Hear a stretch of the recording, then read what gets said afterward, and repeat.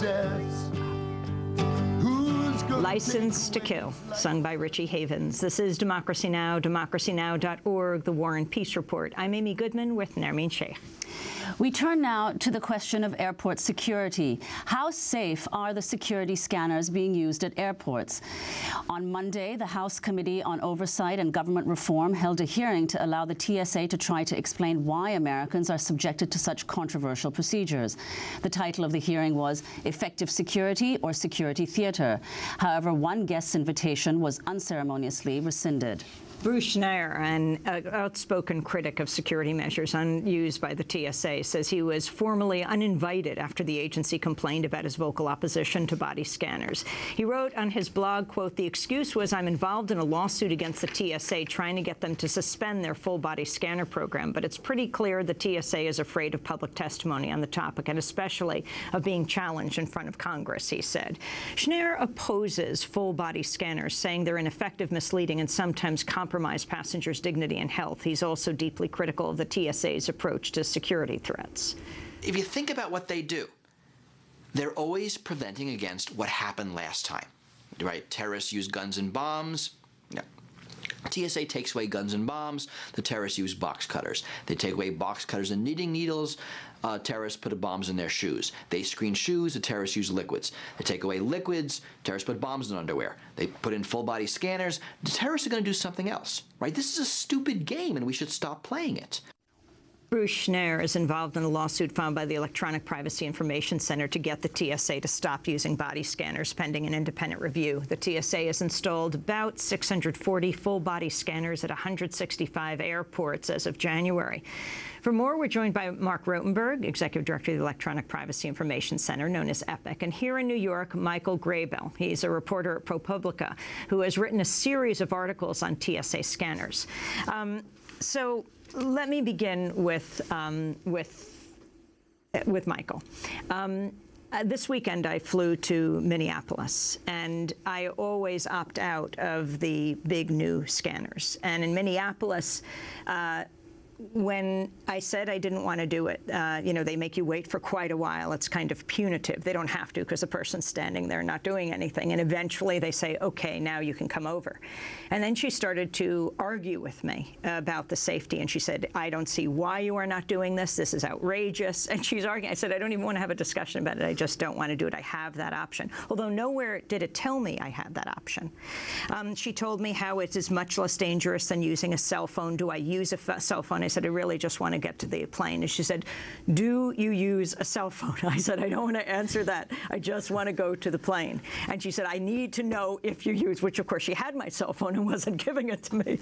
But anyway, I want to talk about the safety of these scanners. How often you see, in some cases, pregnant women and children being ushered to a metal detector, in other cases, put right through the major new scanners. What rights do we have? What concerns should we have about scanners? By the way, after going through this major ordeal, I got to the gate and the plane was canceled, but that's beside the point. That's all that. Okay, Michael Graybell. So it's important to note there's two kinds of body scanners. One emits radiation, which could lead to cancer. And that's called the backscatter machine, and it looks like two blue boxes. You see them at JFK Airport, LAX, Chicago. There's another machine that they're installing called a millimeter wave machine. We're going to show those right now. Okay. Yeah, we're going to show those images. So, and for people who are listening on the radio, you can go to our website so you can see the distinctions between them. So now you're talking. So then the other machine, the millimeter wave machine, is kind of a round glass phone booth, it looks like. And you go there and you put your hands over your head, and the machine spins around you. And that emits electromagnetic radiation, which is similar to a cell phone and is considered safer than that and has not been linked to cancer. The questions that scientists and radiation experts have raised is about these backscatter machines. Why are we using them when we have other technologies that don't have this risk of additional cancer cases? What's the response to that question? So the response to the question that TSA has given is that is essentially competition. We don't want to have one source for this. We want to have we want to keep these scanning companies trying to build a better mousetrap, and by having two scanners out there, we can achieve that. A lot of other countries have looked at this decision and said, we're only going to go with the millimeter wave machine because why are we going to put people at an unnecessary risk if we don't have to? Now, how much do we even know about the milliwave machine, the one where you put your hands up and it looks like a big round phone booth? Who actually did the testing on this, and did the scientists understand exactly what it would be used for? We do know very little about this area of technology. What we do know is there is a difference between ionizing and non-ionizing radiation, and the millimeter wave machines don't have that. This machine was built specifically in the 90s, back in the 1990s, during one of the presidential debates. President George H.W. Bush stood up with a really tiny metal gun saying, the metal detector can't detect this. So they funded a program to develop the millimeter wave machine to detect plastic guns and things that the metal detector couldn't detect. And so that's what led to the development, and it was meant to be something that did not have a high risk. Mark Rotenberg, what is your concern? Why are you suing on behalf of Bruce Schneier? You're saying end the body scan program now until there's a future, until there's more inquiry. Sure. Well, let me say, Amy, first of all, that EPIC has been investigating the use of these devices and other security devices at U.S. airports for several years. And it was a Freedom of Information Act lawsuit that we had pursued against the TSA, which led to the public release of the technical specifications for the devices, as well as the vendor contracts. And when we got those documents and sat down with technical experts, one of the first things that occurred to us was that the devices, as specified by the federal government, were not effective. In other words, it was fairly easy to figure out how to defeat the body scanners that the TSA was spending all this money on. So our first concern was that they actually don't work.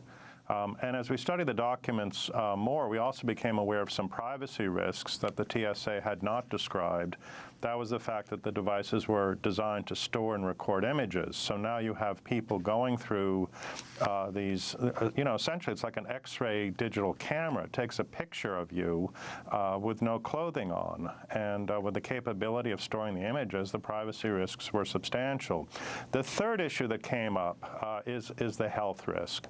We didn't have the expertise to evaluate the health impacts, but we said it was vitally important to have an independent evaluation.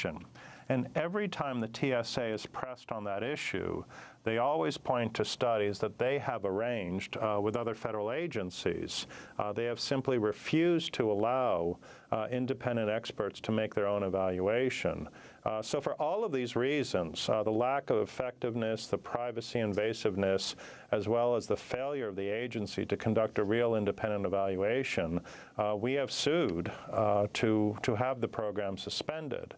And what the federal court here in Washington ruled last year was that because passengers have a right to opt out, and that's a legal right that was established by our case, they said it was permissible for the agency to continue the program, but they also said that the agency had to take public comment, that they simply couldn't push this forward as they have done without receiving comments from the public. And that's where we are now. We are waiting on the TSA to begin the formal public comment process, which will allow, by the way, medical experts to voice their opinions and their concerns about the continued use of these devices. Mark Rotenberg, on the question of the effectiveness of these machines, earlier this month, the government responded angrily to a YouTube video allegedly showing a Florida man sneaking a metallic object through 2 different body scanner devices at American airports. The TSA refused to directly address whether the man, Jonathan Corbett of Miami Beach, has discovered a method to beat the machines. The brief video allegedly shows Corbett, who has sewn a pocket to his side, get through 2 body scanners with a metallic object in that pocket. Let's just go to a clip of that video. Here are several images produced by TSA nude body scanners. You'll see that the search victim is drawn with light colors and placed on a black background in both images. In these samples, the individuals are concealing metallic objects that you can see as a black shape on their light figure. Again, that's light figure, black background, and black threat items. Yes, that's right. If you have a metallic object on your side, it will be the same color as the background and therefore completely invisible to both visual and automated inspection. It can't possibly be that easy to beat the TSA's billion-dollar fleet of nude body scanners, right? The TSA can't be that stupid, can they? Unfortunately, they can, and they are. To put it to the test, I bought a sewing kit from the dollar store, broke out my 8th grade home ec skills, and sewed a pocket directly on the side of a shirt. Then I took a random metallic object, in this case, a heavy metal carrying case that would easily alarm any of the old metal detectors, and I walked through a backscatter X-ray at Fort Lauderdale Hollywood International Airport. On video, of course. While I'm not about to win any videography awards for my hidden camera footage, you can watch as I walk through the security line with the metal object in my new side pocket. My camera gets placed on the conveyor belt and goes through its own X-ray, and when it comes out, I'm through, and the object never left my pocket. Jonathan Corbett replicates the experiment with similar success at Cleveland Hopkins International Airport. Mark Rotenberg, your response? Well, I did see the video. We actually studied it pretty carefully. Look, I mean, on its face, it's compelling. We didn't do an independent evaluation of that approach, although I will say there are other approaches that have been widely documented and they're well known in terms of defeating the body scanners. But for me, what most clearly makes the case was listening to the House Oversight Committee hearing earlier this week, which you mentioned at the beginning of the broadcast. And it was obvious, if you listen to the exchange between the members of that committee and the representatives of TSA, that it's well known that these are not effective and that there are a variety of ways in which they can be bypassed. So, when the Oversight Committee and the agency itself essentially concedes that there's significant vulnerabilities, I think that answers the question. But the question that still needs to be answered, and I'll come back to this, is why has the agency failed to give the public a meaningful opportunity to express its views about this program? We've received thousands of emails and posts, people describing incidents very similar, by the way, to the one that Amy described at the beginning of the segment, which is that when someone exercises the right not to opt out, they feel almost coerced or punished. They're questioned, why don't you like the device? They experience the enhanced pat-down. None of that is right. I mean, I think the agency should be held to account when people are not able to exercise their legal freedoms. I want to talk about who's making these machines, who's profiting, and their connections to the Department of Homeland Security. During a hearing in 2010, the former chair of the House Aviation Committee, Congressmember John Duncan of Tennessee, questioned the role of lucrative government contracts in the TSA's body scanning machines. Far too many federal contracts are sweetheart insider deals. Companies hire former high-ranking federal officials, and then magically those companies get hugely profitable federal contracts. The American people should not have to choose between having full-body radiation or a very embarrassing, intrusive pat-down every time they fly as if they were criminals. Then, also in 2002, during the congressional hearing, Republican Congressmember Ron Paul accused former U.S. Homeland Security Chief Michael Chertoff of making money off selling the new equipment. We also know there are individuals who are making money off this. Michael Chertoff. I mean, here's a guy that was the head of the TSA selling the equipment. And the equipment's questionable. We don't even know if it works, and it may well be dangerous to our health. That's now presidential candidate Ron Paul, Texas Congress member. Michael Graybell, you've been writing about also the corporate connections in ProPublica. What about this, Michael Chertoff and the corporations he's now connected to? So I've done some research. He now runs this Chertoff group, which has a lot of former Homeland Security officials who've gone into the private sector to advise companies. One of the companies they were advising in late 2009, early 2010, as the body scanner program was ramping up, was Rapiscan, the maker of these X-ray body scanners. Rapiscan and the TSA say it is what he was consulting on was international port and cargo contracts and nothing domestic, nothing having to do with the scanners. I've filed some Freedom of Information requests asking for his emails. Turns out Secretary Chertoff did not use email when he was Secretary of the Department of Homeland Security. But I've got some other emails of his aides, and there was really nothing. There was no smoking gun here that shows that he did have a role. We know he supported this within the agency.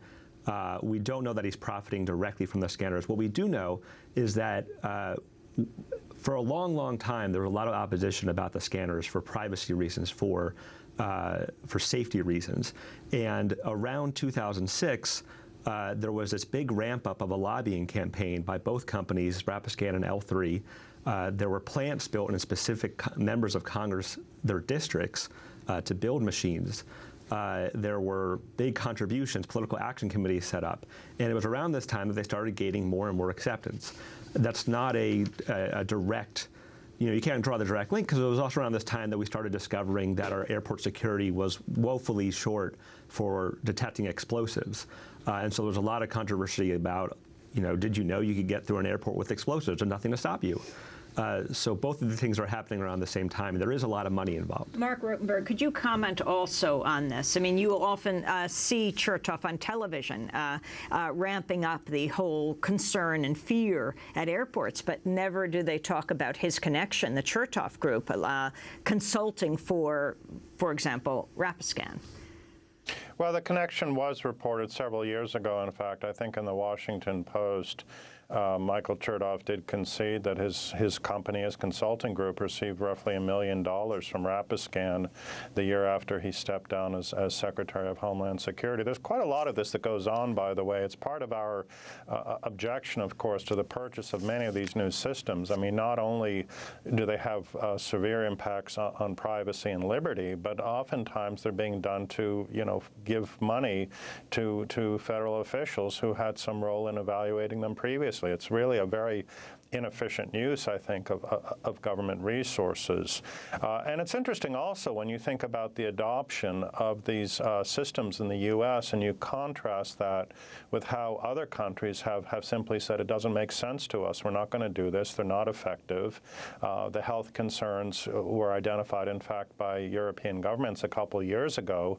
They've essentially rejected backscatter X-ray. They may still use the millimeter wave, but I think when you have an opportunity for independent evaluation, and when lobbyists who work for agencies aren't able to push through poorly thought out programs, you actually get much better outcomes. We're not getting a good outcome here, in part because of the significant role that money plays in these decisions.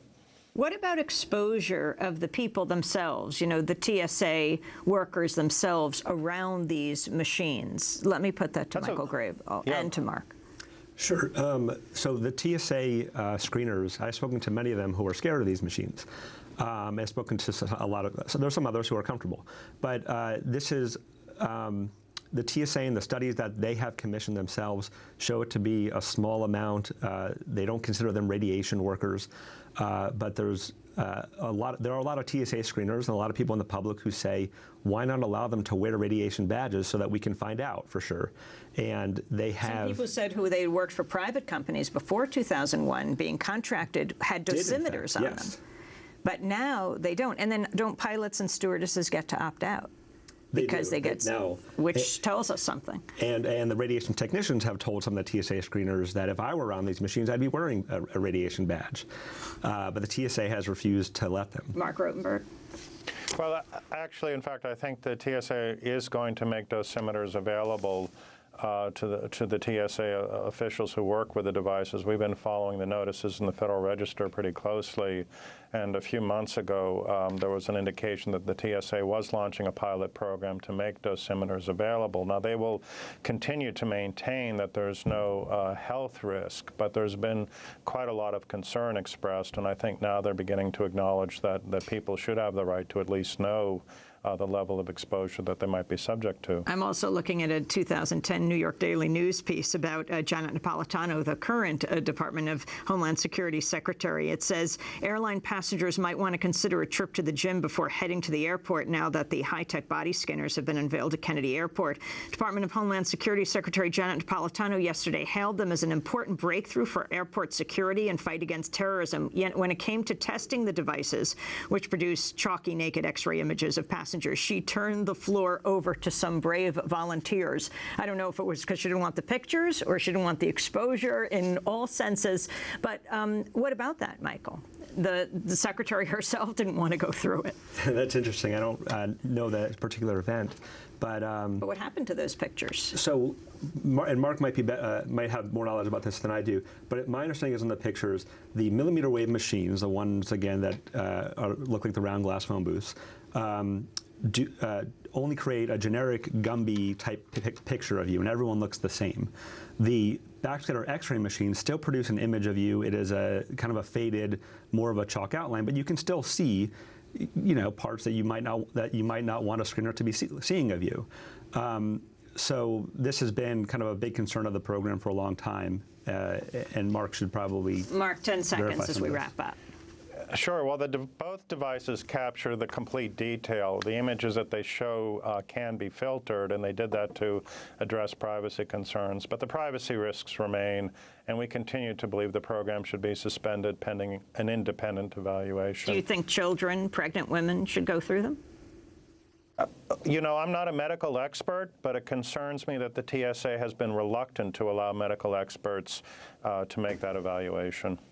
Well, I want to thank you very much for being with us. I have to say, when I was last at another airport and they were letting the pregnant women and the children go through, I said, isn't this a sign that no one should go through? They weren't pleased with the response, and I had to even wait longer for that very aggressive pat-down.